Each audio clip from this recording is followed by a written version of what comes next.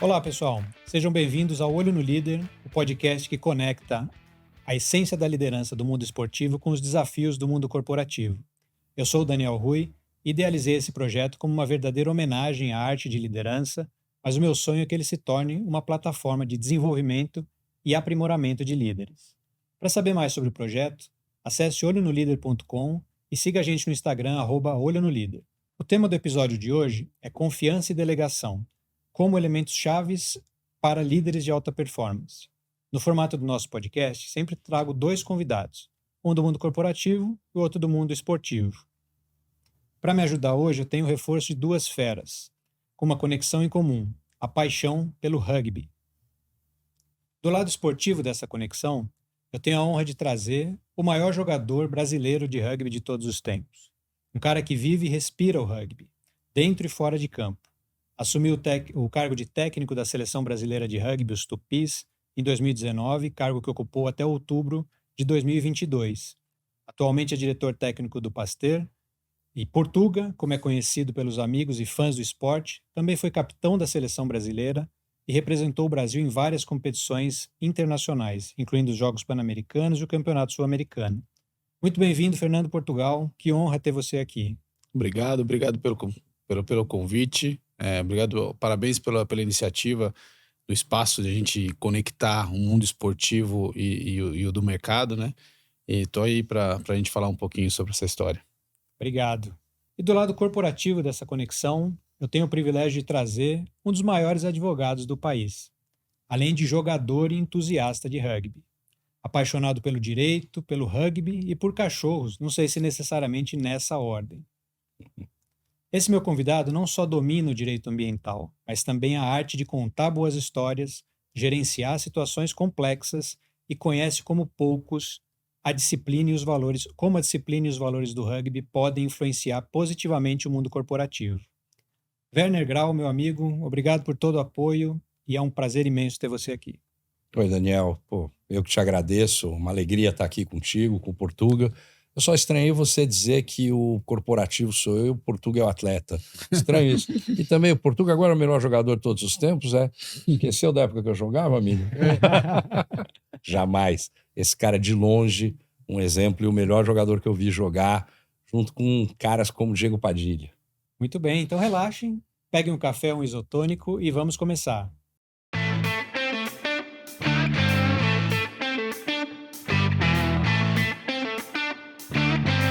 Portuga, começando com você, sobre a sua trajetória de vida, de carreira, conta um pouquinho dela e quais foram os líderes que te inspiraram, abriram portas para você nessa jornada. Bom, eu sou de uma família esportiva, né? Meu avô jogou muito futebol, meu pai era um fanático de futebol, um corintiano fanático de futebol, que fez um filho palmeirense, aí você imagina a loucura que era em casa. Mas eu fui criado no mundo do esporte, assim, sempre gostei e fiz muito, né? E de repente conheci o rugby e o rugby me tragou, né? Ou eu fui tragado ou eu me deixei tragar pelo rugby, por todo o cenário, a gente vai falar muito sobre isso, pelo o ambiente de relações que o rugby tem.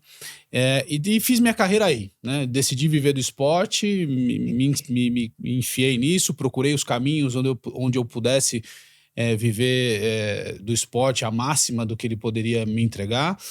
O rugby não era um esporte no Brasil que disputava muitas competições ou que figurava muito no cenário competitivo internacional. Então a minha busca era por me aprimorar como jogador e tentar levar o Brasil para esse cenário mais competitivo internacional. E numa dessas iniciativas eu fui viver fora do país, escolhi a Itália, depois acho que também vou falar um pouquinho sobre isso, mas escolhi a Itália para viver o rugby mais profissional, aprender, me desenvolver um pouco mais. E aí pensando, quando você me faz essa pergunta e eu pensando nessa minha trajetória e viver na Itália, quando eu fui para a Itália foi um momento muito hostil, assim, difícil da vida, né? Uma decisão de tentar viver do rugby e procurar um cenário onde eu pudesse me desenvolver profissionalmente. E quando eu chego na Itália eu não consigo um contrato profissional no primeiro ano. Então na minha negociação com o clube eu acabei pedindo um trabalho, não um salário, né? Acho que eu fui bastante ingênuo aí. E aí eu consegui um trabalho de pedreiro. Então eu estava num país onde eu não falava o idioma, num clima muito difícil de me adaptar com frio, com gelo, trabalhando de pedreiro, e jogando uma modalidade que no meu país ninguém sabia, não existia um cenário onde eu pudesse me destacar profissionalmente. Havia muito questionamento do meu pai na época, e eu lembro, que é que eu poderia falar que me inspirava muito, mas eu lembro na época de estar assistindo o canal italiano lá e refletindo sobre o que eu estava fazendo, né? Se essa decisão estava certa de viver do rugby, de tentar ir para a Itália e tentar viver profissionalmente, se eu não estava perdendo tempo da vida de me desenvolver em outra carreira. E eu lembro de ter visto um documentário do Ayrton Senna, e era um documentário em francês, na Itália, falando do Ayrton Senna, de como ele era, e tinha muitas passagens dele e pessoas falando sobre ele. E aí uma coisa que me chamava muita atenção era os pronunciamentos do Ayrton Senna, a maneira como ele falava de vencer. E eu tô aqui para vencer, eu preciso vencer, é o que as pessoas me esperam que eu vença. E aí falavam muito sobre família, né, sobre a vida extra, competição. E ele falava, não, eu não posso pensar nisso agora. E eu sou um cara muito família, eu sempre quis ter filho, eu tinha uma namorada na época, e isso tudo para mim pesava muito, né? Essa decisão de estar longe de todo mundo e viver isso. E essas palavras do Ayrton Senna de que eu preciso disso, eu tenho que entregar isso, foi o que nesse momento me deu força para seguir a minha jornada lá na Itália. E bom, e aí minha carreira correu um pouco aí. E outra pessoa que me inspirou aí um pouco mais próximo, eu tive um capitão na seleção brasileira adulta, que foi a primeira que eu joguei, né, por volta de 1999 e 2000, chamava Mário Domingues. Eu tinha 18 anos, ele tinha 38. É uma distância muito grande, assim, de realidade de vida, de obrigações, de responsabilidades. E eu tinha muita admiração e respeito por ele. E no primeiro jogo que a gente jogou, que eu fui titular pela seleção brasileira, a gente faz o terceiro tempo no rugby, né? Acaba os 2 tempos, a gente vai com a equipe adversária confraternizar o jogo, né? Então a gente toma, bebe, come, confraterniza um pouquinho. E eu tava ali, tomando minha cerveja, um moleque, né, querendo fazer molecagem, e ele já um cara mais reservado. Ele tá sentado numa mesa, assim, sozinho, e de repente ele me chama. Fala, Portugal, vem aqui. Achei que ia levar bronca, porque tava tomando cerveja e não deveria e tal. E aí eu sento com medo dele, assim, um pouco de receio do que ele fosse falar. E aí ele fala assim pra mim, eu falo, olha, eu queria te dizer que eu tenho muito orgulho de jogar do seu lado. Que o rugby hoje está tomando uma forma, a gente está criando uma maneira de jogar, e queria dizer que você colabora muito para isso.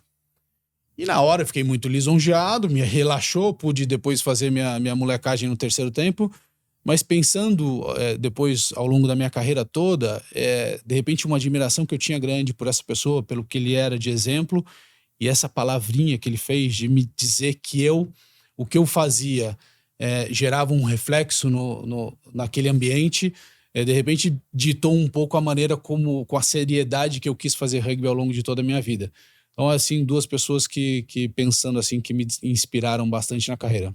Que incrível, né? E o Fernando Portugal foi o primeiro jogador brasileiro a jogar fora do Brasil profissionalmente, né? Abriu porta para tanta gente, né, Portugal? E você, Werner, como é que foi essa trajetória? Que líderes você destacaria que inspiraram você? Essa pergunta, ela comete grandes injustiças, porque ao longo do caminho a gente pode esquecer alguém, algo do gênero, mas quem você lembra aí que destacaria que te inspirou ou abriu portas para você nessa trajetória? Olha, eu acho que a minha trajetória no direito ela está intrinsecamente ligada à minha trajetória no rugby, né? Eu tenho os meus grandes amigos de vida do rugby e grandes exemplos. Então, uma pessoa que sempre me inspirou muito foi o Diego Padilha, né? O Diego Padilha é o mais velho do clã Padilha, eu sou amigo de todos, né? Muito, muito próximo daquele que é da minha idade, o Faco. E eu aprendi no rugby uma série de valores que me trouxeram benefícios no direito, né? Mas assim, eu acho que minha grande referência no direito era os Grau, né? Meu pai é um cara com um senso de justiça absolutamente diferente que me ensinou muita coisa, né? E tive 2 formadores na minha carreira. Eu tenho 34 anos de Pinheiro Neto. Comecei estagiário lá, né? E o Antônio Monteiro, meu sócio querido, que se aposentou agora há 2 anos. Quando ele se aposentou, brinquei e falei, poxa, eu fiquei órfão. e o Celso Mori, né, que é um oráculo, uma referência de todos nós lá no escritório. Mas eu poderia te dizer que eu me mirei muito em exemplos do rugby, a vida inteira. E um cara que me trouxe um exemplo de superação, de força, de dedicação e de muito companheirismo é esse cara que está aqui do meu lado. Portuga teve uma importância enorme também. A gente fez bastante coisa no rugby juntos, né? Eu fui atleta do Portuga, tomava bronca, nossa, o tempo inteiro. Né? Um cara como ele, com essa coisa que aprendeu com o Marião, o grande Marião Domingues, né? Ele não admitia corpo mole, né? E eu já com mais de 40, jogando com a molecada, eu dava uns migué no treino que ele ficava passado. E ele me trazia para a realidade. Se você quer estar aqui junto com eles, você tem que se dedicar como eles. Então, eu diria que o Portuga também é uma referência minha. Um cara que eu tenho orgulho de dizer que eu sou amigo e que eu faço projetos junto com ele.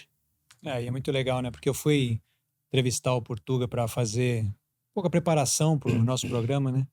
Eu falei assim, Portuga, eu vim preparar um roteiro e agora eu quero fazer uma biografia sua, porque a história dele é tão extraordinária e inspiradora que o mundo precisa saber a história do Portuga, não só o rugby, que já sabe, conhece bem e admira tanto. Né? E ele vai falar aqui, né, da questão da Itália. Eu participei, né, dessa ida dele para a Itália, porque ele trouxe um sonho que eu via brilhar nos olhos dele e que era um sonho meu também. Adoraria também poder fazer isso. Me faltava a qualidade técnica que ele sempre teve. Então, você vê o que ele enfrentou, porra. Bom, a gente já entrou nesse assunto. Vamos contar um pouco como é que foi essa sua ida para a Itália. Portuga, como é que foi? Você era muito rico, tinha muito dinheiro para gastar, comprou uma passagem para a Itália, foi sozinho? Como é que não foi tinha assim? muito o que fazer, eu não precisava estudar, porque ia viver de herança. E aí eu falei, vou passear. Não foi muito bem assim, não. Meu pai, na verdade, queria que eu fizesse medicina, tinha um sonho de medicina. E eu enrolei meu pai muito tempo fazendo cursinho, né? Porque medicina é difícil de passar, então você faz cursinho, é difícil de passar, então você justifica seguir fazendo cursinho. Em um momento eu falei, não, deixa eu parar de enrolar meu pai, eu vou seguir minha vida, eu vou tocar os meus projetos. E aí eu decido fazer fisioterapia para ficar meio perto do que meu pai queria que eu fizesse. Eu venho para São Paulo, e aí fazia fisioterapia, comecei a dar treino de rugby aqui, inclusive para a Universidade de Direito do Largo São Francisco, a Sanfran. E aí, de repente, me vi vivendo do rugby. Né? E tudo que eu falava para eles não era o que eu sabia de rugby, mas era o que eu tinha vivido. E eu sentia que tinha muito valor isso. Mas eu falei, mas eu ainda sou novo e preciso criar mais histórias. Eu ainda preciso jogar rugby, eu quero jogar rugby em mais alto nível. Só que aqui no Brasil não tinha essa realidade. O máximo que podia chegar até a seleção brasileira, fazer uns 4, 5 jogos por ano, que era o sul-americano que a gente tinha, e não tinha mais do que isso. O rugby totalmente amador aqui, eu ainda preciso criar um pouco mais de história, né? E aí começa a pesquisar um pouco a ideia de jogar fora do país, onde eu poderia ir. E surge a Itália como ideia, junto com o Putin, que era um grande amigo. A gente morava em São José, eu morava já em São Paulo aqui, né? Nessa loucura de fazer faculdade, dar treino de rugby, veio em São Paulo. E a gente jogava pelo time do São José, então a gente voltava toda terça e quinta à noite para treinar lá no São José. E aí no caminho a gente falava muito, ele também era um jogador muito talentoso, muito especial, e queria jogar fora. A gente, onde a gente vai, por que a gente vai fazer e tal, e a gente começa a pesquisar a Itália. E aí por que a Itália? Porque a Itália tinha um rugby profissional, e pelo nível que a seleção da Itália apresentava num cenário internacional, não era tão alto. Não chegava a ganhar de França, nem de Inglaterra, nem de País de Gales, mas tinha rugby profissional. Então eu imaginava que ali poderia ser um lugar onde eu pudesse me destacar de alguma maneira. E aí decido ir para a Itália. Começo a entender qual o momento. Aí, isso em muitas conversas com o pessoal da Sanfran, com o Werner. Olha, tenho esse sonho. Pô, acho que você tem que ir. Eles do teu sonho. Falava muito, a gente conversava muito no final do treino. A gente sempre saía depois do treino para confraternizar um pouquinho. Era um treino que começava 10 da noite e até meia-noite eles ainda iam fazer uma confraternização. E aí falava um pouquinho sobre esse meu sonho. Só que eu não tinha condição de ir. E aí, num determinado momento, eu vou numa agência, vejo mais ou menos o período que seria bom ir, antes de começar a temporada lá, que era agosto, e procuro mais ou menos ali numa região na Itália, onde pudesse ter algum time, e aí vou numa agência para entender quanto custava isso. Aí eu vou na agência, vejo o valor da passagem, vou falar com a minha mãe. Com meu pai não, porque ele era absolutamente contra que eu fizesse isso, ele queria que eu fizesse a faculdade, seguisse a trajetória aqui. E aí minha mãe vai, tá bom, eu te ajudo. E vai com 2 cartões de crédito. Ela passa um. Legado. Tinha até um limite, aí passa o outro, dá o limite, os 2 somados não davam o valor da passagem. Aí, bom, beleza, o que eu faço? Na época eu tinha um talão de cheque. E era uma passagem, tinha um bom desconto. Eu dou o cheque. E voltei, isso em São José dos Campos, eu volto pra São Paulo, era dia de treino. E aí eu falo pra eles, cara, fiz uma loucura. Entrei lá, não sei como é que eu vou pagar. Dei um cheque lá numa agência e vou pra Itália.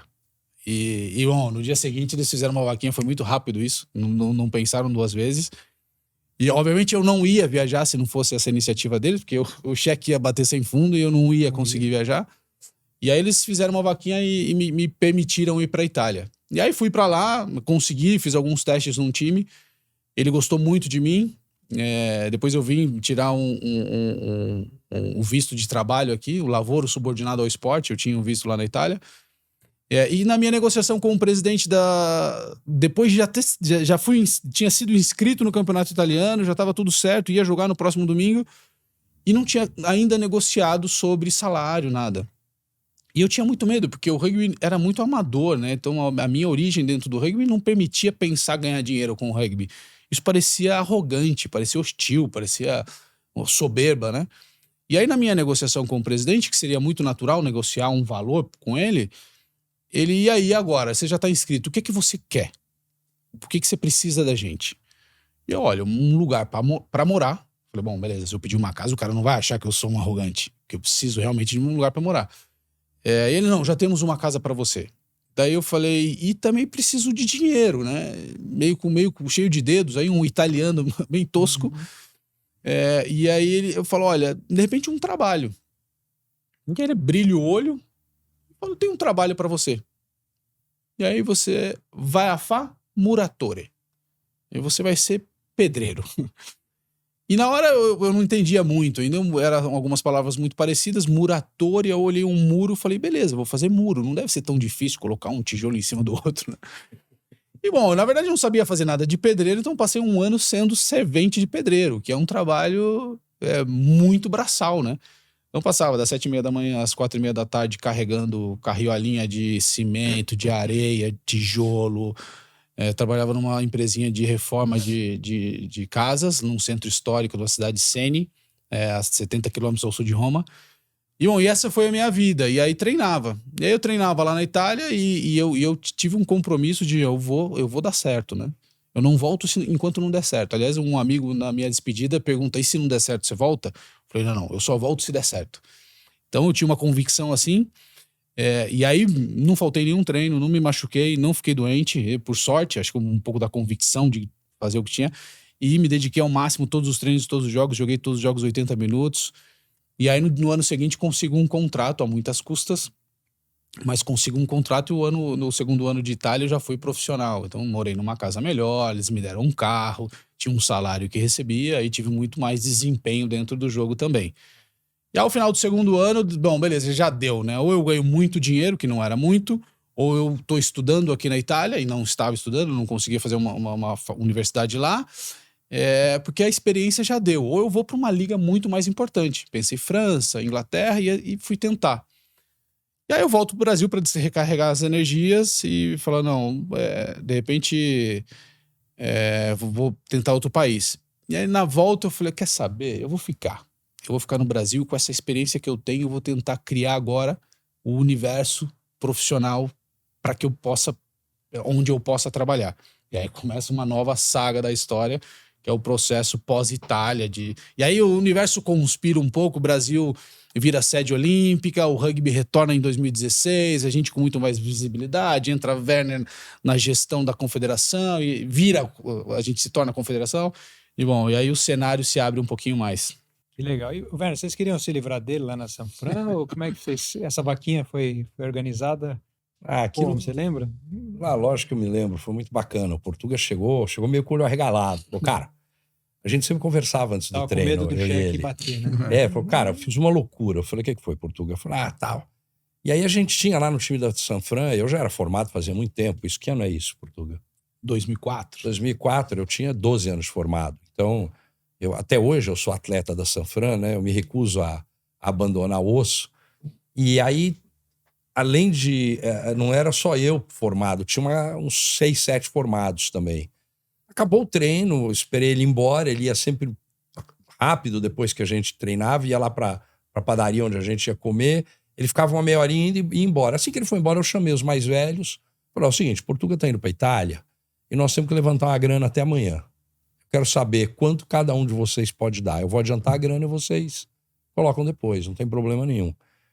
Aí todo mundo se empolgou muito. Pô, que bacana, ele vai... Pô, representava ali a vontade de todos. Então foi muito bacana poder ajudá-lo, né, na ida. Mas foi uma ajuda muito pequena. O que ajudou mesmo foi a força de vontade dele. A gente conversava e ele falava, cara, é difícil aqui, não é simples, é complicado. Você imagina o cara trabalhar de pedreiro e depois se treinar rugby. Não é atividade física o dia inteiro. É impressionante ele não ter se machucado nenhuma vez. E quando ele volta, 2007, né? Você volta, logo em seguida vem essa história do boom do rugby.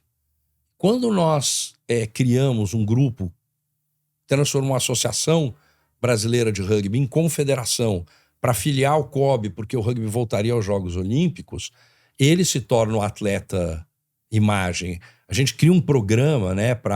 Eram umas propagandas que tinham um bordão, rugby, isso ainda vai ser grande no Brasil. Hoje, quando me perguntam se é grande, eu respondo rugby. Isso ainda será enorme no Brasil. E aí o Portuga era a imagem. Porque ele era o cara que tinha história para contar para a molecada. Para a gente fazer o esporte crescer. E até hoje. Né? Ele é uma referência. Então foi muito bacana a gente poder participar desse processo. Né? E de minha parte, eu sempre olhei para isso. A gente fez umas palestras juntos, né? Que a gente fala de valores do rugby no campo e no escritório, e eu sempre trouxe isso para dentro de casa, né? Dentro de casa eu digo no escritório. Eu ia treinar e os mesmos valores que tem no treino de rugby são os que eu trazia para minha equipe no escritório. E deu certo, né? Deu muito certo. Então, assim, é uma alegria ter participado desse processo e uma gratidão, né? Enorme.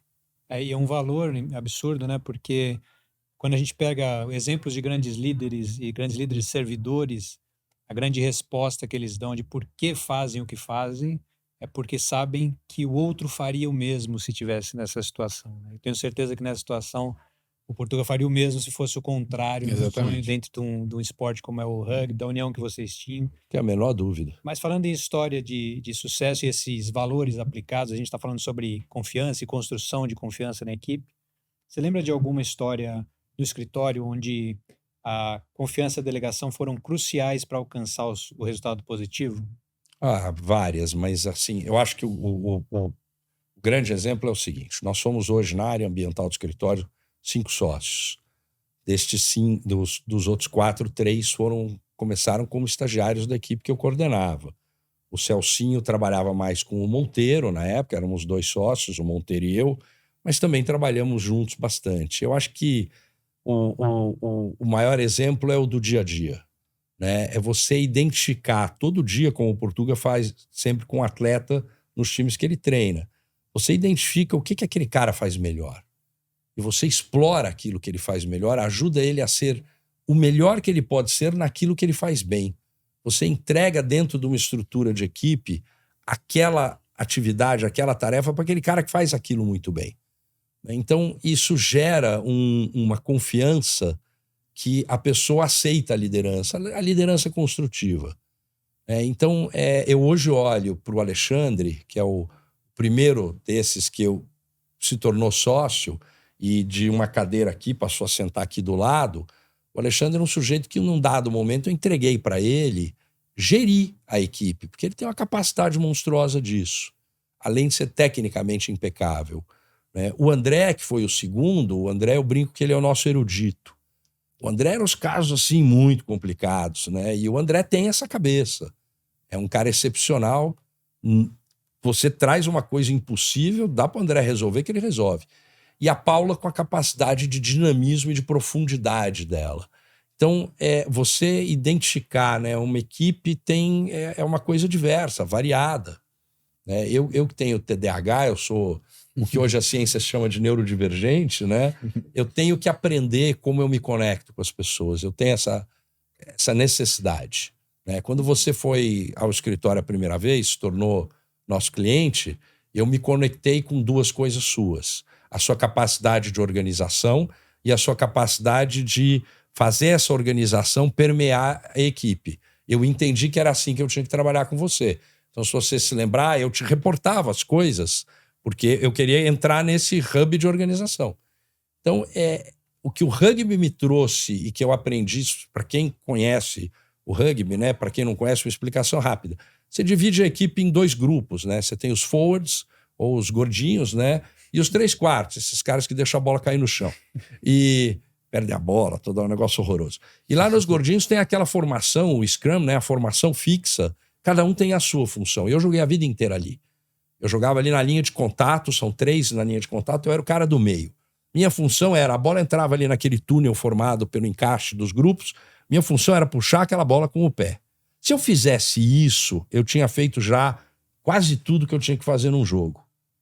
Eu tive a sorte de ter técnicos como o Portuga que diziam, não, mas no jogo aberto, para de correr reto só, tenta uma finta de vez em quando. Lembra uma vez um jogo que eu 3 vezes tentei fazer o try? Você dizia, porra, por que você não pisou pro lado? Porque eu sou burro, Portuga. Caminho mais fácil. Né? Eu sou burro, eu tenho que ir no meio do adversário ali. Então, aprender isso, poxa, numa engrenagem, você tem um papel essencial. Aprende esse. E na engrenagem soma pro todo. Se sobrar espaço, faz algo mais. E esse algo mais eu vou estar do teu lado, te incentivando, te estimulando, para que você faça e faça cada vez melhor. Eu acho que essa é a lição que eu trouxe do rugby para não só para a profissão, para a vida. No canil, lá no abrigo, para mim, você falou, né, a ordem das coisas, eu também não sei se é nessa, mas eu diria que primeiro eu sou pai da Bia, né? Depois eu sou marido da Fê e pai / padrasto do Bento e da Amora. Depois eu sou protetor de animais, depois eu sou atleta do rugby. E aí, de vez em quando... Tempo você vai advogar. De vez em quando eu também advogo, né? Que não me ouçam. Mas no abrigo é assim também.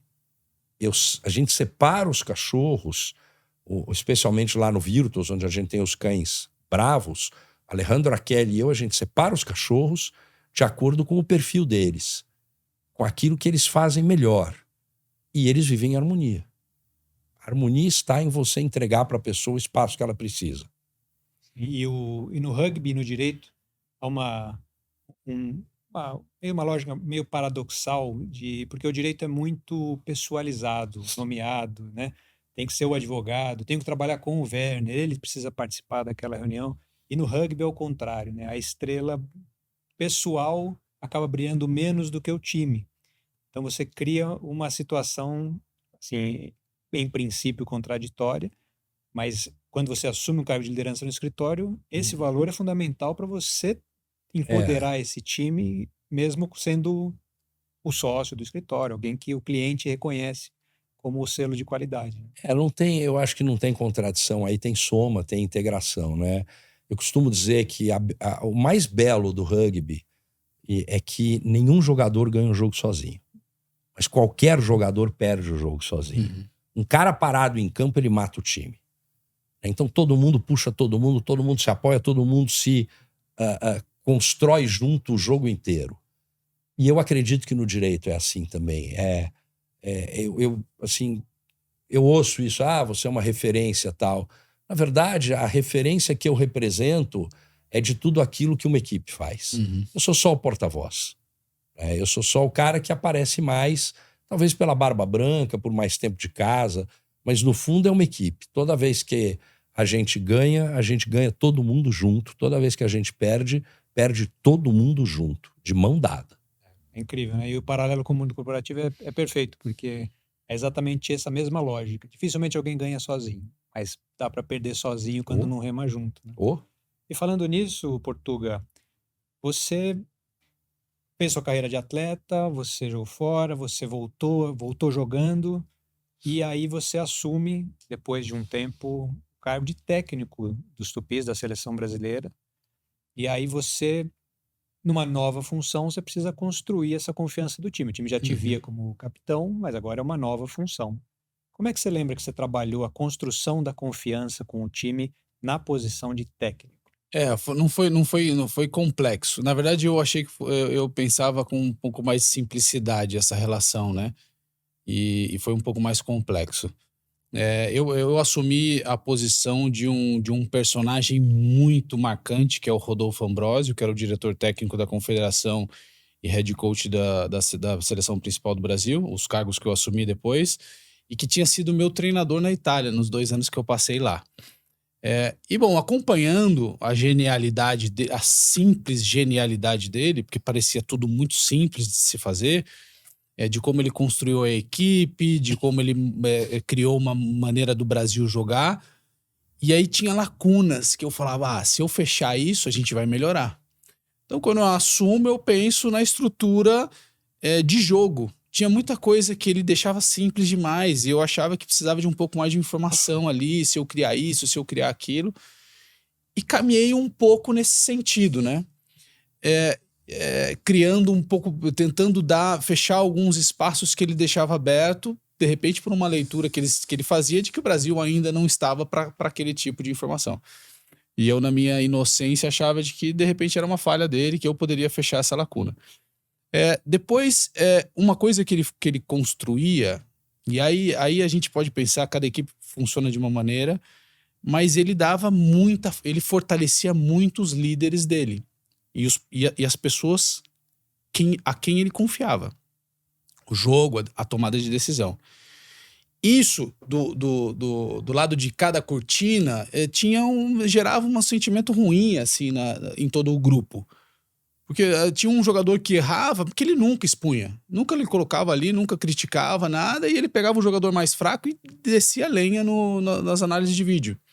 Isso gerava uma sensação ruim. Então eu falei, eu vou fazer diferente. Eu, na minha gestão, eu vou colocar o que falta, o que eu acho que falta, e eu vou cobrar mais de quem pode mais. Então eu comecei a expor um pouco mais ao grupo de liderança. Não, vocês não podem errar. Eu não vou cobrar um menino que tem menos condição de entregar do que você que tem mais condição. E aí dei um pouco mais de protagonismo para os mais novos também. Então gerei uma relação de confiança grande com os mais novos. Dei muito mais oportunidade para jogadores começarem a desfrutarem, a se desenvolverem. Acho que isso tem um reflexo a médio e longo prazo, sim. Mas na entrega do resultado, eu falhei. De repente eu deixei os líderes um pouco desconfortáveis aí. E aí passei por um processo que depois foi no meio da pandemia, então deixou tudo muito mais quente, muito mais difícil. Se hoje um jogador treina todos os dias, volta, dorme com a sua família, se junta 2 dias antes do compromisso, dorme no hotel, joga, a família tá lá no estádio vendo, depois do jogo ele encontra com a família dele. Na minha gestão de confederação, era 4 meses sem encontrar com a família, sem poder sair para tomar um café na rua, porque senão você podia pegar Covid e acabar com toda a competição que a gente estava envolvido. Então era um cenário muito hostil. E eu ainda desafiei muito mais o grupo de liderança. E aí enfraqueci o grupo de liderança, que depois são os jogadores que vão a campo, que vão decidir a coisa. E aí eu lembro de a gente ter perdido o jogo que valia a vaga para a Copa do Mundo, a gente perdeu para o Chile, foi até um jogo que a gente conseguiu construir um processo para parecer que poderia ganhar, acabamos perdendo.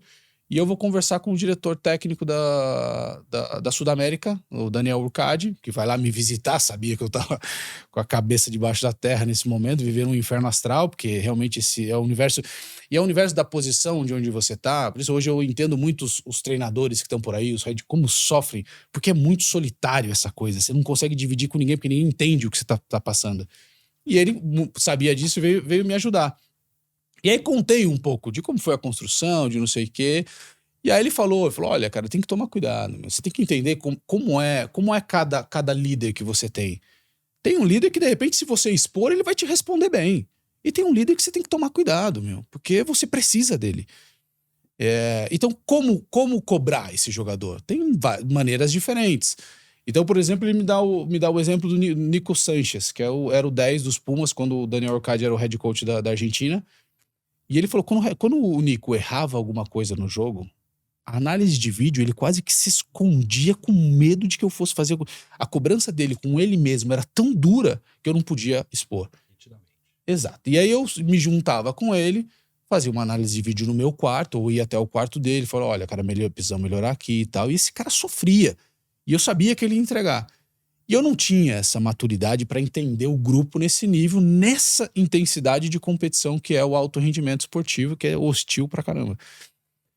E aí eu expus alguns jogadores assim, e sofri. Nos momentos difíceis assim, acho que eles precisavam de um pouco mais de confiança, que era o que o Rodolfo dava para eles. Falou, não, vai lá que eu tô aqui para te segurar, entendeu? Depois, obviamente, assumi toda a responsabilidade pelas derrotas, mas a verdade é que poderia ter criado um caminho entendendo mais esse universo da liderança, de quem são os líderes, de como cobrar e exigir de cada um deles, de que nível de exposição a cada uma é possível de estar à frente dos outros. Aprendi depois, e aí já é passado, né? Isso muitos líderes cometem esse mesmo, vou dizer um erro, mas essa vontade de assumir um cargo e colocar uma marca pessoal forte, né? De colocar a sua posição. Olha, eu tô vendo algo que tá errado, vou corrigir. Sendo que muitas vezes a sensibilidade está na continuidade, né? E a gente só vai notar a sabedoria do líder anterior depois. E é muito legal você falar do Ambrosio, porque é mágico como o bom líder faz parecer fácil, né? Como aquilo era tão natural que faz parecer fácil, né? E esse jogo contra o Chile que você mencionou, ele podia dar vaga para o Brasil para a Copa do Mundo. Seria uma participação inédita, Sim. Histórica na Copa do Mundo, e você como treinador. Sim. Mas não foi bem assim que aconteceu, né? Você lembra bem desse jogo? Eu lembro. A gente fez uma... E assim, né? A gente terminou o primeiro tempo ganhando de 10-7. Estava desenhado isso. Mas aí eu cometi um erro, né? A gente tinha no nosso elenco o melhor jogador de Scrum. Scrum é uma plataforma de 8 contra 8, onde os jogadores se empurram e ele dá reinício a jogo.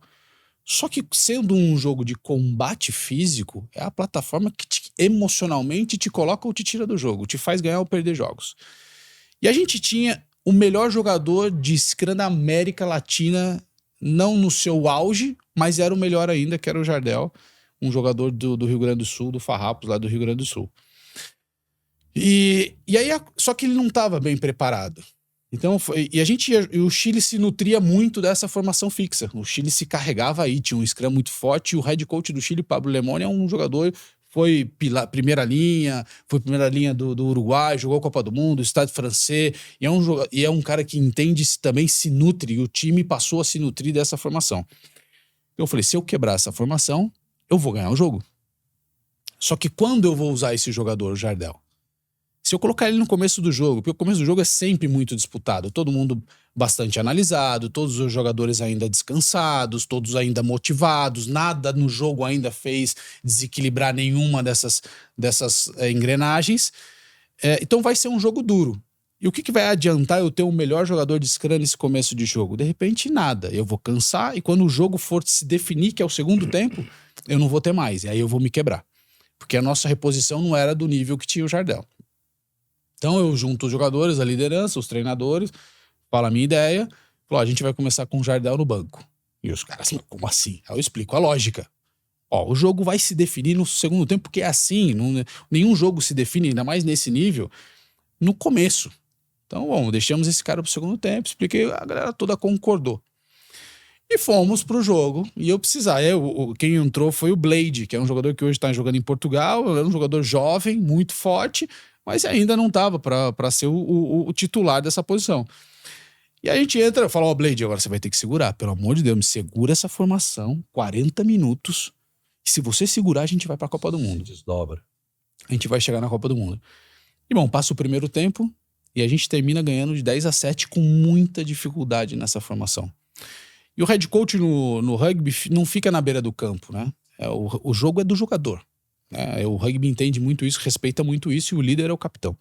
O head coach fica na arquibancada, não fala nada. Aliás, a gente passa um pontinho para alguém passar algumas informações lá, e também, como o rugby é um jogo complexo, assim, de cima, taticamente você vê melhor. E eu ficava sempre com um analista de vídeo na cabine do head coach, só eu e ele. Então acaba o primeiro tempo, 10-7 pra gente, eu bato no ombro dele assim e falo, vou colocar o Jardel. E desço. Tem uma escada em caracol assim, e a escada terminava na saída do túnel do campo, para ir pro vestiário. E aí eu termino de descer e encontro com o Jardel. Jardel, aguenta 40 minutos? Ele falou, vambora, aguenta 40 minutos. Falou, beleza, então você vai entrar agora. Entro no vestiário e eu tinha 3 treinadores assistentes. O Nico Fernandes Lobby, que é um irmão Lobby aí, que são os jogadores importantes dos Pumas e tal. Damian Rotondo e o Daniel Nativo, que é o único brasileiro. Então 2 argentinos e um brasileiro. 3 jogadores do Scrum, 3 forwards de origem. 2, o Nativo primeira linha, os outros 2 não, mas entendiam muito de Scrum. A hora que eu entro e falo, vou colocar o Jardel. Não, calma. Eles falam, a gente já resolveu, já conversamos com toda a primeira linha, tinha um probleminha técnico e a gente vai resolver esse problema agora no início do segundo tempo, não troca ninguém. E eu olhei e falei, não, mas a gente combinou isso? Não, cara, já resolvemos esse problema, você coloca o Jardel um pouco mais tarde. Eu falei, tudo bem. Começa o segundo tempo, e aí eu não coloquei o Jardel, imagina a frustração que ele sentiu nesse momento, o jogador que me ia fazer ganhar o jogo. A gente entra, o primeiro scrum a gente faz penal, o segundo scrum eu já coloco o Jardel, o segundo scrum o primeiro scrum dele em campo ele faz penal também. Talvez essa atmosfera ruim que foi gerada e a gente perdeu o jogo, não sei se por isso. Mas nessa minha conversa com o Daniel Arcadi, ele, depois de conversar sobre liderança, sobre a construção da equipe, ele falou uma coisa me intriga. Você tinha o melhor jogador da primeira linha da América. Se você começasse o segundo tempo ganhando o Scrum, você ia ganhar esse jogo. Por que você não colocou? Eu não consegui nem responder como foi a construção disso, porque no final foi uma tomada de decisão minha, né? No final das contas, a construção para tomar a decisão, a gente fazia coletiva, mas a tomada de decisão era minha. Sim. E eu tomei a decisão de não colocá-lo e acho que poderia ter sido uma história diferente se tivesse seguido o instinto. Muito mais do que o instinto, o plano que a gente tinha feito prévio, da leitura toda que a gente tinha do adversário e nossa. Quer acrescentar, Bernie? Só 2 comentários, né? Primeiro, evidente que não é responsabilidade sua, é de todos. Né? Todo mundo jogou, todo mundo se esforçou. Esse jogo foi de uma angústia monstruosa para nós, os cartolas e ex-cartolas que estávamos lá vendo essa geração realizar o nosso sonho, né? O dia que o Brasil for para a Copa, quem for vai carregar a expectativa de muita gente. Mas essa coisa do siga o plano. Quando você pensa uma estratégia, seja para um jogo, um esporte, seja para um processo, seja para o que for, você pensa a estratégia de cabeça fria. Uhum. E a não ser que aconteça algo muito disruptivo que te obrigue a rever a estratégia, ficar na estratégia é sempre o melhor negócio. Uhum. Né? E ali aconteceu uma coisa disruptiva. Você tinha 3 assistentes, os 3 você jogou na linha, os 3 jogaram ali nos forwards. Eu joguei ali a vida inteira na primeira linha. É complexo mesmo ali, porque o desgaste é violento. Então você teve uma razão para ouvi-los.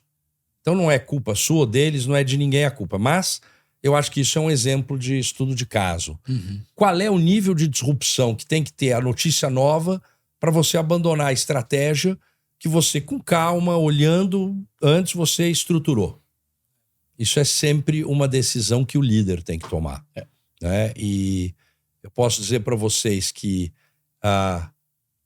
na advocacia, os casos estratégicos que a gente cuida, a gente desenha uma estratégia e eu não me lembro de ter saído da estratégia.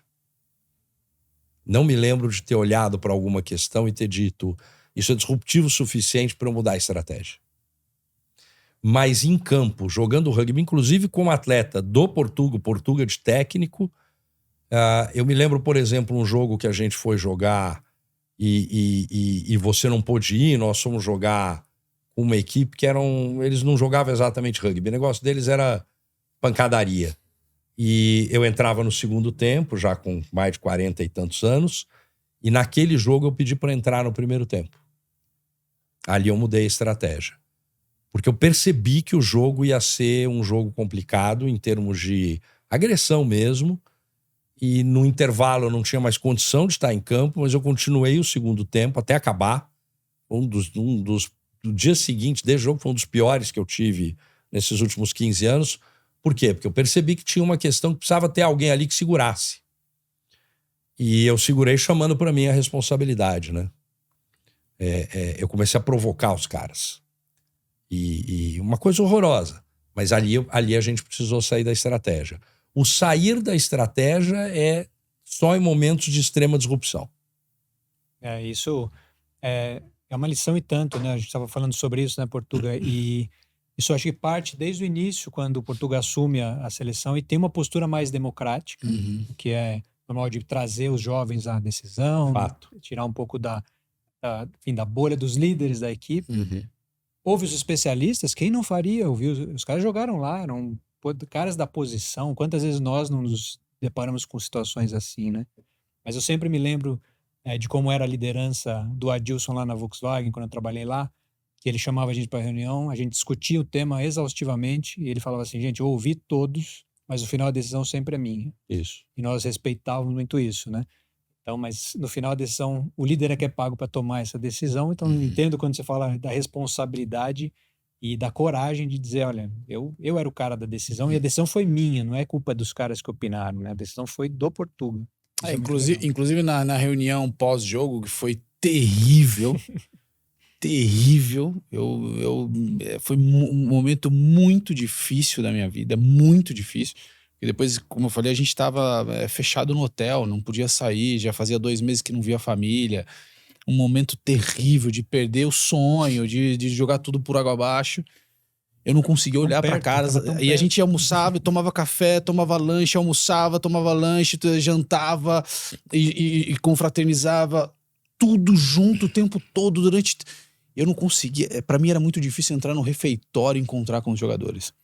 E aí, na primeira reunião que a gente fez, na verdade, eu coloquei todos lá, o staff, e falou, olha, eu agradeci.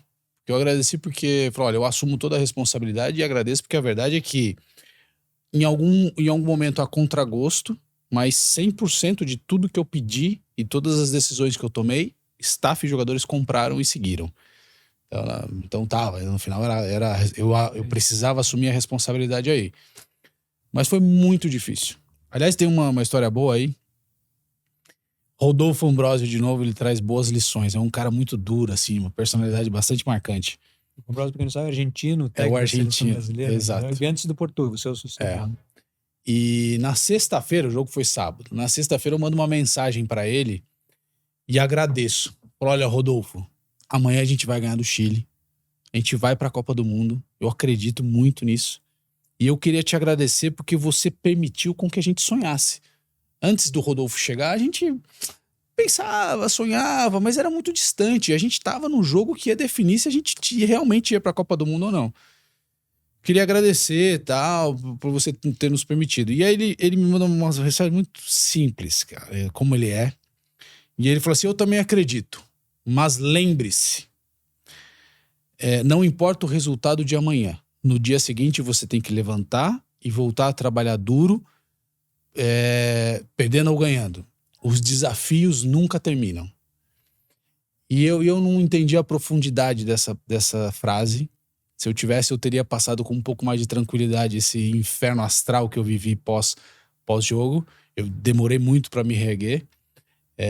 Inclusive para dar treino, voltar a fazer plano, que a gente ainda ia jogar contra o Uruguai. Mas no final é isso, né? Os desafios nunca acabam, né? Não. E a gente pode ganhar, e se a gente um dia chegar a jogar uma Copa do Mundo com o rugby brasileiro, o dia seguinte a gente vai ter que levantar de novo e voltar a trabalhar, porque os desafios nunca terminam, né? Não, e eu acho que isso é uma lição que a gente tem que ter também no dia a dia, na vida corporativa, né? Eu vou fazer 58 anos, 34 de Pinheiro Neto. Nesses 34 anos eu me reinventei 6 vezes. Por questões novas que surgiram, por necessidade de mercado. E agora, coisa de 3, 4 anos, eu me reinventei de novo. Quando veio a onda ESG, né, eu tive que olhar para isso e me reinventar. E você precisa estar preparado para isso. Não tem dia fácil. Não tem dia ganho. Todo dia você tem que levantar disposto a começar do zero. Todo dia você tem que levantar disposto a provar o seu valor. Até porque no momento em que você achar que você não precisa provar o seu valor, acabou. É hora de parar. Eu tenho uma máxima que até maldade com a pessoa, eu nem conheço a pessoa, mas eu brinco, né? Eu inventei o Teorema de Luxemburgo. Eu ganhei, nós empatamos, eles perderam, né? É uma birra com o Vanderlei Luxemburgo de técnico. Acho que ele é um cara muito assim vaidoso, né? Lógico que nenhum julgamento pessoal aqui longe disso. Mas eu acho que é isso para minha equipe também. Todo dia eu chego lá no escritório e eu falo para minha equipe, eu digo, olha, nós temos coisa complicadíssima para fazer. Nós temos missões quase que impossíveis. E nós só vamos conseguir fazer porque somos nós. E porque nós estamos 100% focados. Então eu não quero ninguém aéreo aqui. Ninguém tem TDAH aqui, só eu. Vamos ficar com essa conversa. E eu vou combater a minha sempre. Eu acordo combatendo a minha TDAH. Então, eu acho que esse exemplo que o Portuga traz é isso.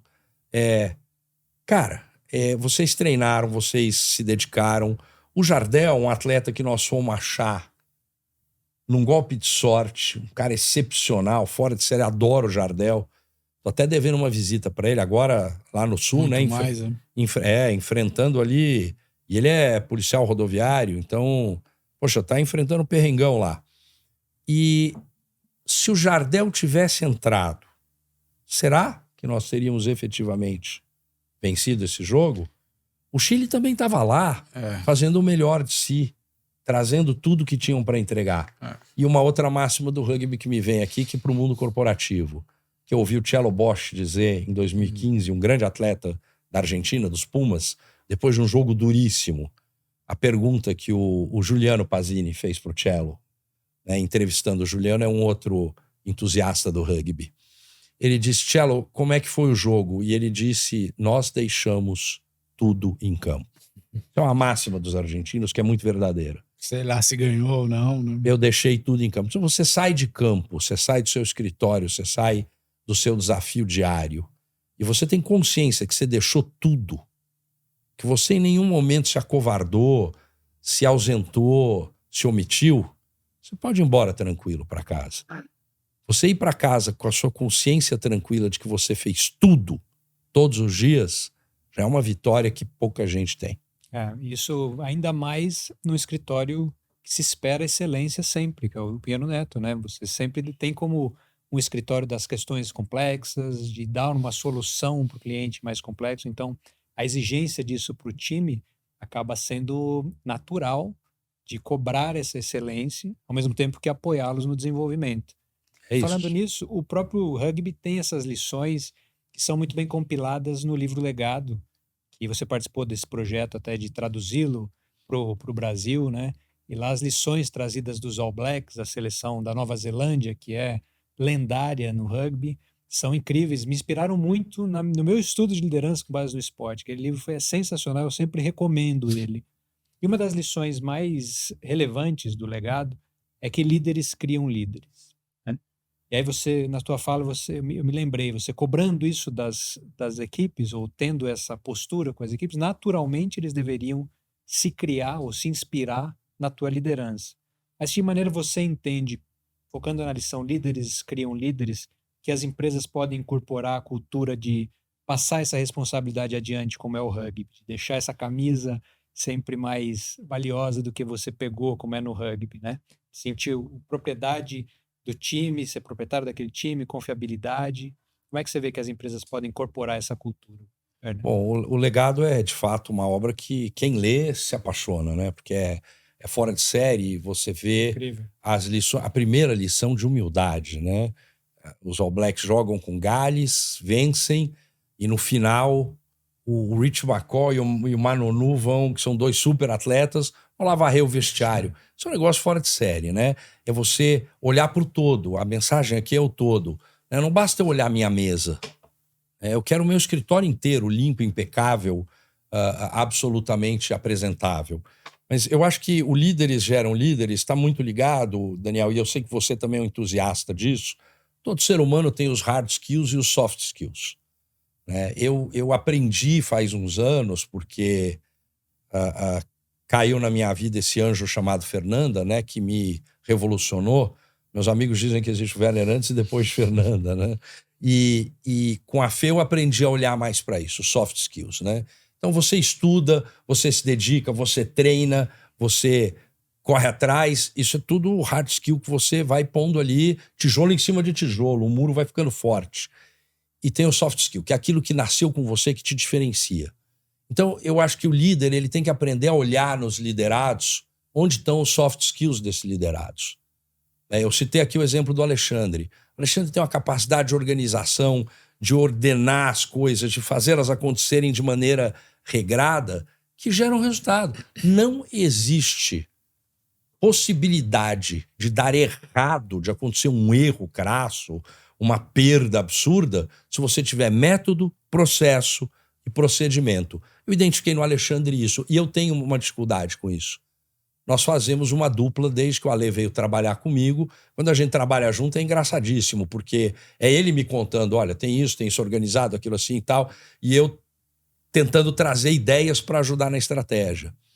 Então eu acho que é isso, é o líder olhar o liderado e reconhecer no liderado aquele potencial, aquela capacidade, aquele brilho, e dizer, nós vamos juntos criar uma estrutura em que o seu brilho, a sua capacidade consegue explodir de maneira positiva, de maneira criativa, de maneira integrativa, sem você achar que você é o rei da cocada preta, porque nenhum de nós é. Todos nós somos excepcionais quando em equipe. Nenhum de nós é excepcional sozinho. Eu gosto muito de um exemplo do esporte. O Pelé. O Pelé foi o melhor jogador de futebol de todos os tempos. Pelé jogava com Coutinho, Pelé jogou com Tostão, com Carlos Alberto, com Clodoaldo, com Jairzinho, com Rivelino. Pelé era o primeiro a reconhecer a importância desses caras. E eu vi uma entrevista em que o Pelé diz, Edson Arantes do Nascimento jamais teria sido o Pelé se não tivesse vivido com profissionais, atletas tão qualificados como aqueles com quem o Pelé dividia o campo. Eu acho que é isso. Incrível, né? E eu vejo esse exemplo da liderança e da criação até na história do Portuga, que o Ambrósio te puxou muito pro lado dele, né? Para passar as lições, você sendo a referência do time, o capitão. E eu até acho que é uma das histórias mais tragicômicas, acho que mais trágica do que cômicas, mas o rugby volta a ser olímpico em 2016 no Rio.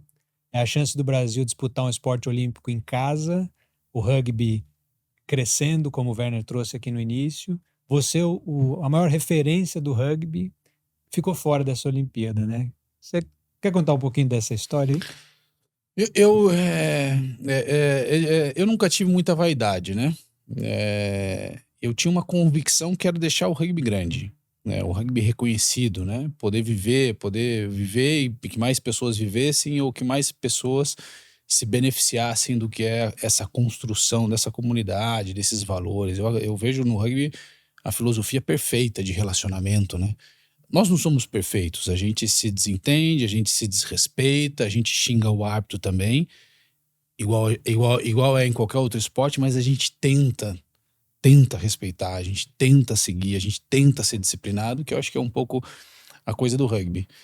Então, eu tava num processo ali, eu tinha acabado de ter filho, né? Então, tava pensando também no que seria o processo da paternidade.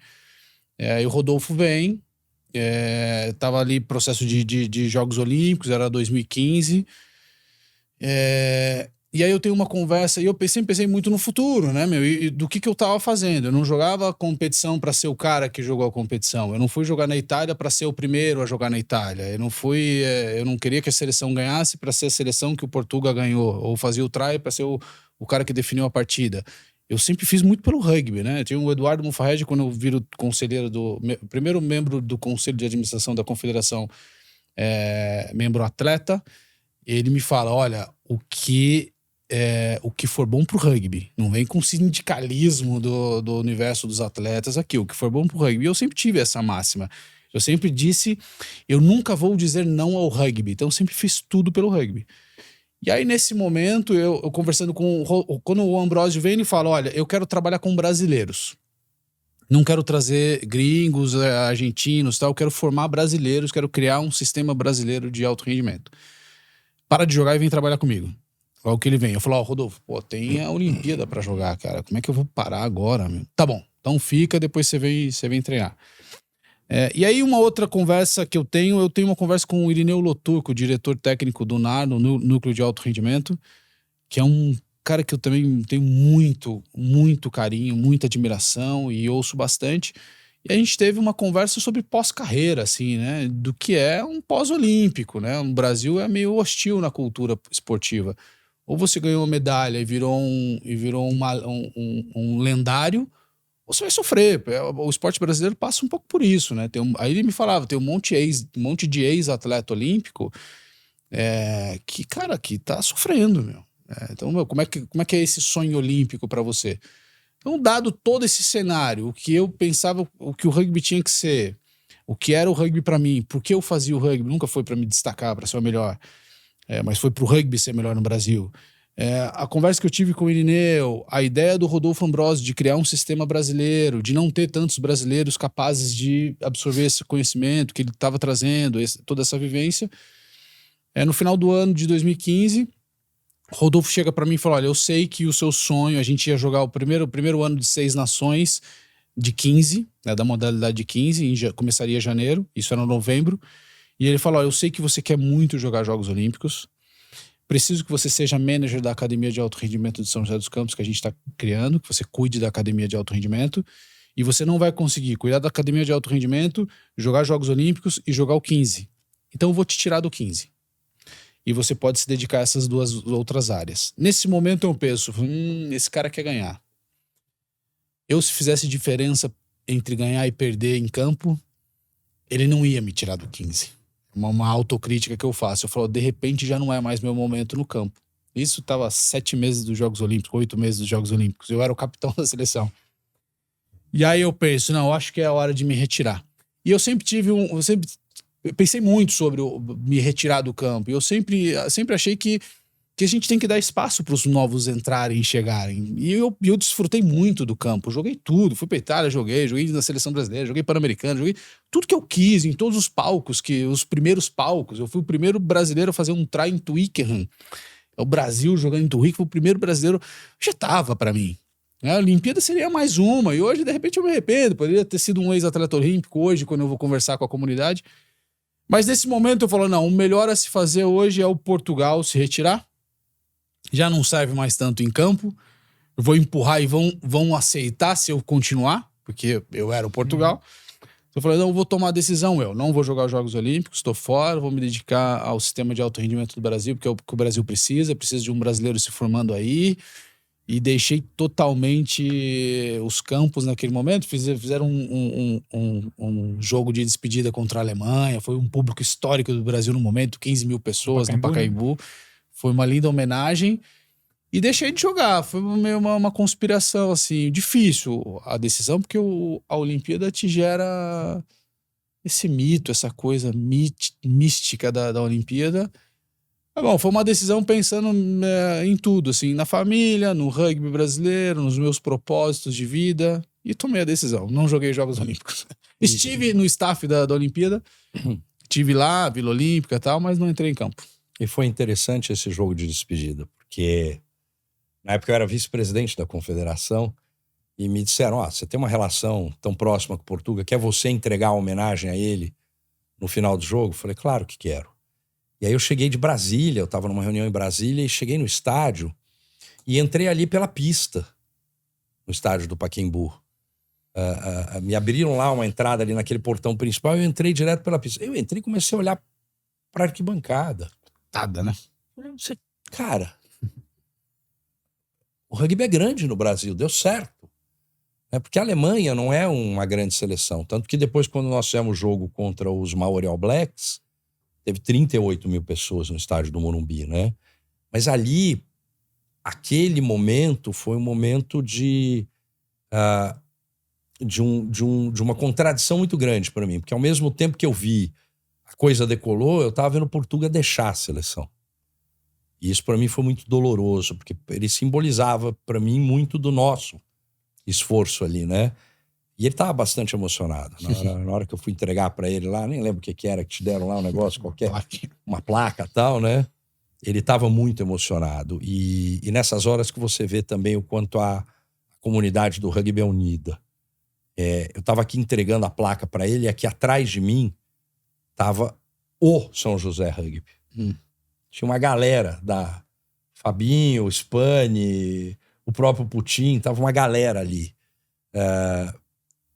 Do começo até o fim, junto com a pessoa, né? Eu acho que esse é um dos valores que o rugby pode trazer para todos os campos.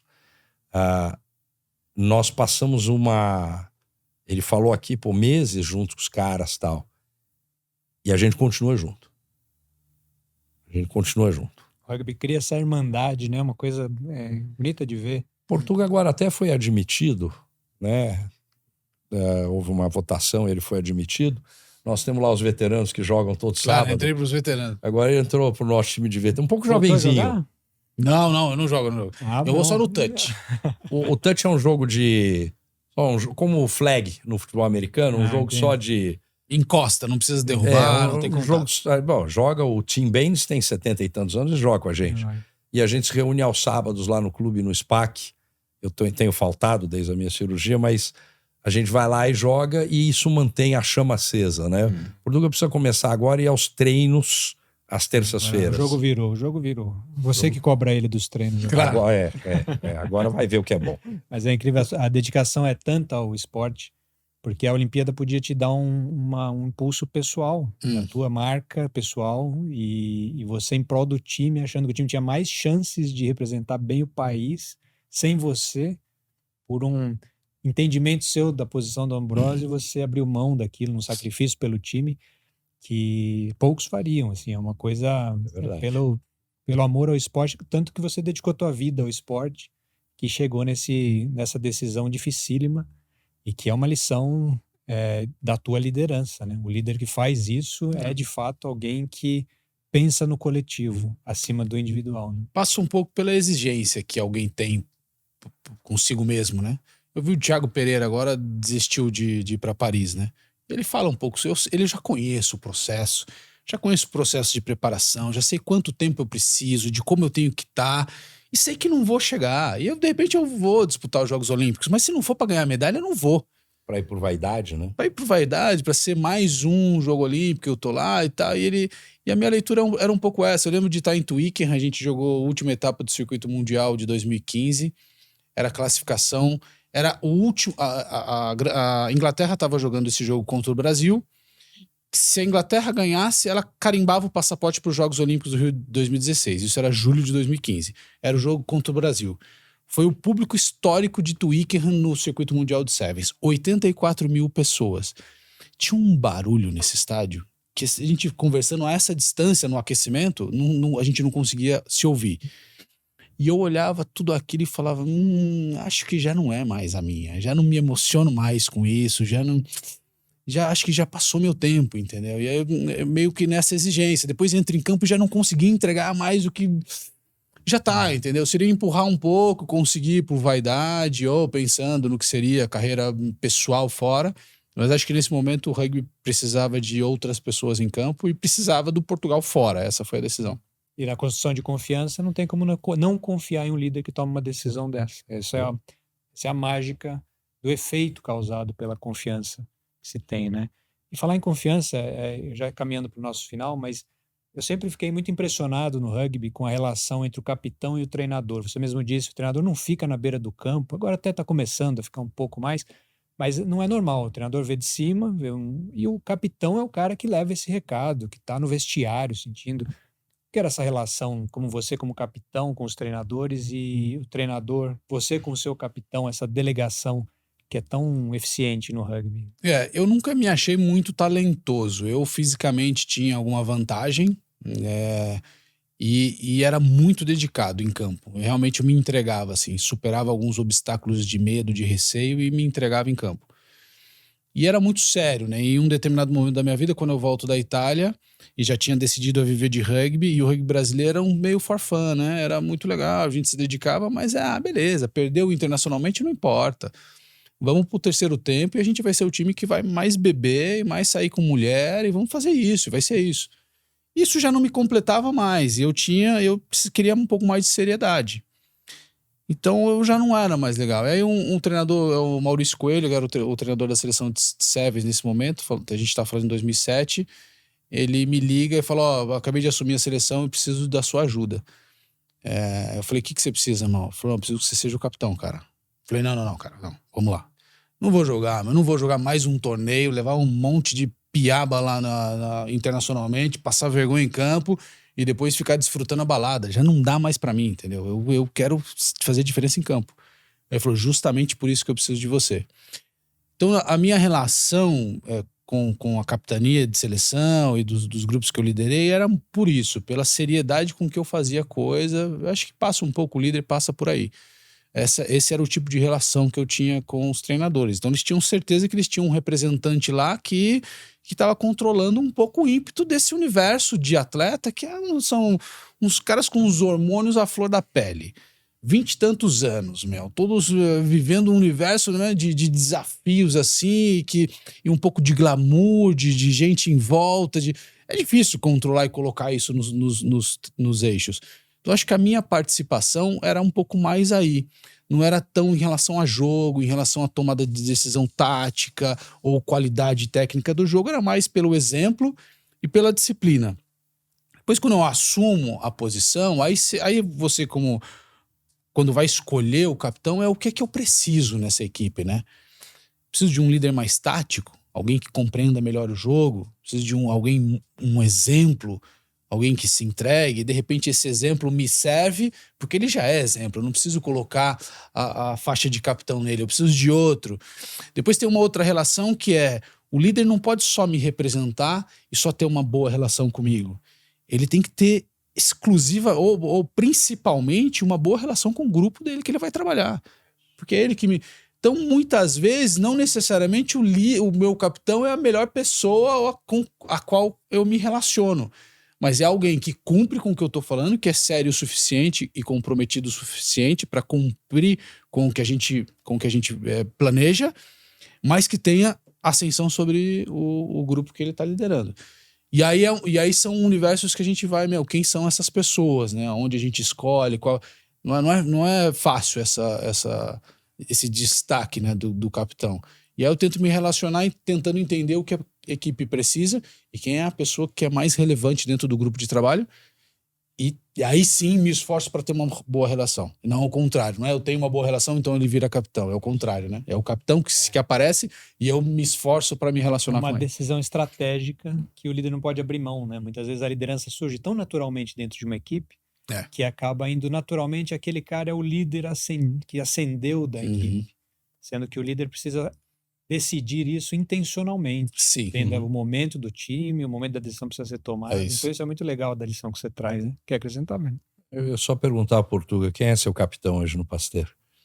O Pasteur é o Lipe, que é um lendário do Pasteur, é um cara que tem tudo de compromisso, que eu identifico num líder, mas ele se desequilibrava emocionalmente um pouco. E aí o trabalho foi um pouco aí. Hoje eu conversei com o Cauã, que é um dos melhores árbitros que tem hoje no Brasil. Ele falou, é o melhor capitão que hoje um árbitro pode ter em campo. Eu perguntei por isso. Portuga chega no Pasteur.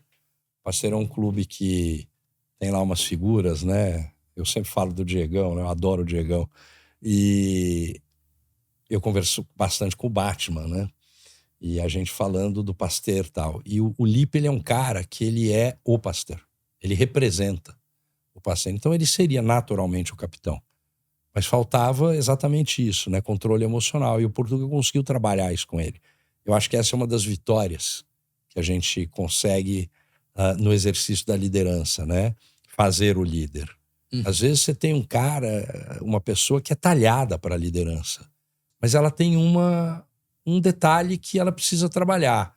Se você consegue conectar essa pessoa com isso, ela resolve. E é muito bacana e você vê aquela liderança fluir, né? O Pasteur ganhou o Campeonato Brasileiro ano passado. Depois de 29 anos. Depois de 29 anos. Quem era o capitão? É o Lipe. Precisa dizer mais nada, né? Pois é. Bom, o rugby também tem uma ligação muito especial com a comunidade, né? Acho que o rugby, além dele ser um esporte absolutamente diverso, acho que na essência, por conta das posições, das oportunidades, mas ele tem uma conexão com a comunidade muito forte. Vocês destacariam algumas iniciativas do rugby com a comunidade que vocês podem trazer aí para o público conhecer? Eu tem algumas iniciativas bastante marcantes aqui. O Pasteur, de novo, vou falando do Pasteur, né? Mas o Pasteur tem um menino que é dois meninos, Maurício Draghi e Fabrício Kobashi. E no início da década de 2000, eles moravam ali no Morumbi, vão na comunidade de Paraisópolis ali, né? Com uma bola de rugby, querer ensinar rugby. Porque nesse momento a gente sempre identificou tão bons valores no rugby que a gente fala, mais gente tem que ter acesso a isso, né? E aí eles levam para a comunidade para desenvolver o rugby lá e passar um pouco de valores. E é verdade que o projeto hoje tem quase 25 anos, de rugby, chama Rugby para Todos, e hoje é o local que mais revela jogadores de alta performance da seleção brasileira. A gente tem agora 3 meninas do Rugby para Todos que vão jogar os Jogos Olímpicos, a Bianca, a Gisele e a Leila. E a gente tem 3 meninos do Rugby para Todos que também jogam no Pasteur, 2 deles, o Robson e o Renatinho, e o Joel Júnior, que hoje está jogando na Poli. Então, hoje, de destaque, assim, é um projeto que começa passando valores, que de repente começa a revelar jogadores na alta performance, e no processo vai formando todos os outros, que depois acabam não chegando. A Bianca hoje, inclusive, mora no Japão, joga profissionalmente lá. Na verdade, tem um projeto bastante legal. E hoje eu estou envolvido com a URRA, eu saio do cenário de alto rendimento e agora eu estou mais no rugby de formação. A URRA faz um trabalho social muito legal, que é o rugby mais educacional. E tá nos CELs, nas MFs, nos CCAs, passando um pouco do rugby no seu modelo de formação, mais de educação. Tem um trabalho direto que faz, que é levar o seu próprio treinador lá a ensinar rugby, valores. E tem o trabalho indireto, que é formar os professores dessas instituições. Então a URRA faz hoje um trabalho fenomenal, atende 14 centros de rugby públicos de ensino, com o rugby como uma ferramenta de educação. Faz um trabalho sensacional, são milhares de crianças atendidas pela URRA já há 15 anos. E o Pasteur está conectado, então eu estou meio na conexão entre os 3, porque o Pasteur também está conectado, porque foram iniciativas de ex-jogadores do Pasteur que também montaram a URRA. Então, a verdade é que o Pasteur tem um valor importante. E depois tem Jacareí, tem São José, tem Curitiba, que também fazem trabalhos sociais bastante importantes. Eu diria que a URRA eu sou suspeito para falar, que eu sou fundador da URRA, Então. né? Renatão, o Gargamel, o Fernandinho e eu. Olha. Que, né, o Renatão que trouxe, Renatão e Gargamel, o Renato Aquionero e o Gargamel tem nome. Eduardo Pacheco. Eduardo Pacheco. Porque no rugby ninguém tem nome, né? Tudo tem apelido. Todo mundo tem apelido. Mas o Eduardo Pacheco, o Gargamel e o Renato Aquionero, o Renatão, eles que trouxeram a ideia, o Fernandinho, o Fernando Del Nero Gomes, que é meu sócio, e eu assumimos ali também de ajudar a montar. Eu acho que tanto a URRA quanto o Rugby para Todos têm um papel fundamental. Eu tenho um apreço monstruoso pelo Rugby para Todos, porque não é só rugby, né? Assim como a URRA. É muita coisa a mais. E agora a gente tem até conversado bastante com o Maurício Draghi, para a gente procurar caminhos aí para multiplicar e otimizar o Rugby para Todos, porque são projetos que entregam os valores do rugby como valores sociais. E aí você gera um resultado muito positivo para a sociedade. E como o Portuga disse, tem os outros projetos, Jacareí, Taubaté, no Rio Grande do Sul tem uns projetos bacanas também. Eu acho que quem quer conhecer o rugby pode começar conhecendo no Instagram, né, o Brasil Rugby, que é a página da Confederação Brasileira de Rugby, e pode acessar os clubes. E como o Portuga está aqui hoje, vão prestigiar o Pasteur, né? Mas tem outros clubes, né? Poli, SPAC, São José, no Rio de Janeiro tem lá o Niterói, tem vários clubes excepcionais. Eu imagino que excepcional é quem começou o projeto Rugby para Todos ver pessoas saindo desse projeto e participando de uma Olimpíada, né? Que coisa incrível, que história incrível, né? É maravilhoso. Partindo para a nossa pergunta final, qual a definição de liderança que vocês têm? É profunda essa, né? Essa é profunda. Começa aí, patrão. Eu tive uma conversa com a esposa do Eduardo, da Urra, e sobre liderança, né? E é difícil porque ela fez essa pergunta, né? A gente tem lá um programa de monitores na Urra que a gente quer formar. Porque a Urra tem um lema lá que é transformar quem transforma. E aí a ideia dos monitores são meninos e meninas de 15 anos que a gente quer formar líderes dentro da comunidade, que propaguem um pouco dessa cultura que a gente está disseminando. E falando sobre esse programa de monitores, o que é a liderança, né? O que a gente quer com a liderança? E é difícil, porque você fala inspirar, motivar, orientar, não sei o quê, e de repente ela falou um negócio que para mim fez sentido. Porque depois fazendo uma reflexão comigo mesmo, é a maneira como eu tento liderar, que é dar sentido. Ela falou, um líder tem que dar sentido. Depois, obviamente, mobilizar, agir, mas o líder tem que dar sentido. E é um pouco a maneira como eu lidero os ambientes onde eu tô. Eu não quero que façam porque eu tô falando, ou porque é pago, porque sim, ou porque é isso, ou porque é sua obrigação, ou porque é sua função. Eu preciso que ele acredite no que ele está fazendo. Eu preciso que ele tenha consciência do sentido da coisa. Eu acho que o líder passa um pouco por isso. Ele precisa encontrar o sentido, dar sentido, fazer entenderem o sentido. Passa por aí. Ficou difícil para você, velho. Bom, primeiro, óbvio que eu concordo com isso. O líder é aquele que consegue mostrar para o outro que aquilo que ele está ensinando, ou que ele está transmitindo ou transferindo, é algo que trará um resultado no plano pessoal e no plano aberto, né, social. Eu entendo que o líder ele precisa ser alcançável, atingível. O líder inatingível é um ídolo, não é um líder. E o ídolo é uma coisa que perde materialidade, né? Ele é aquilo que eu jamais serei, né? Então é um quase ou efetivamente inalcançável. Então, primeira coisa, o líder precisa ser real. Ele não pode ser perfeito. Ele ensina pelo exemplo. Ele não ensina pela autoridade, pelo poder, mas pela autoridade, né? E, acima de tudo, eu acho que o líder tem que ser... a definição de líder é alguém que está vinculado ao resultado. Quando um estudante chega lá na nossa equipe e eu olho para esse estudante e começo a procurar o que ele tem para nos trazer, para agregar, eu me vinculo a esse resultado. Eu quero que ele chegue ao topo da montanha. Porque senão eu não sou um líder, eu sou só um guia. E eu quero liderar, eu não quero guiar. O guia, ele vai dizer, vai por aqui. Não, eu quero ir junto. Eu quero que ele chegue junto. E eu quero que ao final e ao cabo ele possa olhar para trás e fazer o que eu faço, por exemplo. Hoje eu tive lá, tenho minhas inspirações, né? Meu pai, meu avô Hélio, meu avô Werner, pessoas incríveis, Dieguito, que tanta saudade, tanta falta faz pra gente. Mas eu tive o Monteiro e o Celso Mori, mas acima de tudo o Monteiro. O dia que eu me tornei sócio do escritório, eu fui à sala do Monteiro e disse, eu quero te dizer duas coisas. Eu quero te agradecer, porque eu sei que foi você que me trouxe até aqui, tirando de mim tudo que eu tinha de melhor para entregar. E muitas vezes até evitando que o pior se manifestasse. Mas eu quero te dizer uma segunda coisa. Não quero dizer que acabou. E eu passei mais 20 anos sócio do Monteiro, e quando ele se aposentou, brinquei, disse pro Alexandre, esse primeiro sócio que eu ajudei a formar. Eu disse, agora eu fiquei órfão, o Monteiro se aposentou, quer me adotar?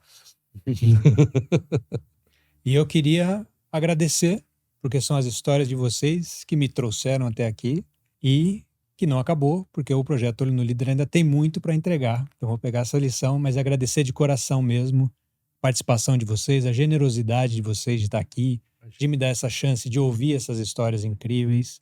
Então, muito obrigado mesmo, foi muito generoso e foi incrível essa conversa. Eu tô até agora tocado por tudo que eu ouvi de vocês, então obrigado mesmo. E nós que temos que agradecer, né, Portuga, porque o seu trabalho é um trabalho excepcional, é um trabalho extremamente organizado. Fiquei impressionado quando você me mandou a apresentação. Então, para mim, uma alegria enorme estar aqui, poder falar um pouco, né, dividir, ouvir, aprender, e também pela oportunidade de estar com o Portuga. Portuga é um irmão que a vida me deu, que eu tenho visto muito pouco. Então é muito bom encontrá-lo aqui. Não, obrigado. De novo, parabéns pela iniciativa. A gente precisa contar essas histórias, né? Tem muito valor aí e a verdade é que a gente desfruta relembrando também, né? E aprende de novo lembrando o que a gente passou. A verdade tem muito valor nisso que tá se surgindo aí. Parabéns pelo trabalho, obrigado pelo convite. Muito legal, muita gratidão mesmo. E um agradecimento especial à Empathy Produções, que acreditou no projeto desde o início e nos apoia. Agradecer também o Pinheiro Neto Advogados por ter liberado aqui o seu astro, Werner Grau, para participar conosco. Eu quero agradecer o Pasteur, a URRA e a Federação Paulista de Rugby por também liberar o seu astro, Fernando Portugal, para estar aqui hoje conosco. A todos os amigos e seguidores, eu queria agradecer o apoio e a paciência com quem está começando. Eu espero que vocês tenham se divertido tanto quanto eu. Não se esqueçam de se inscrever no canal, seguir no Instagram para acompanhar todos os episódios. O meu muito obrigado e até a próxima.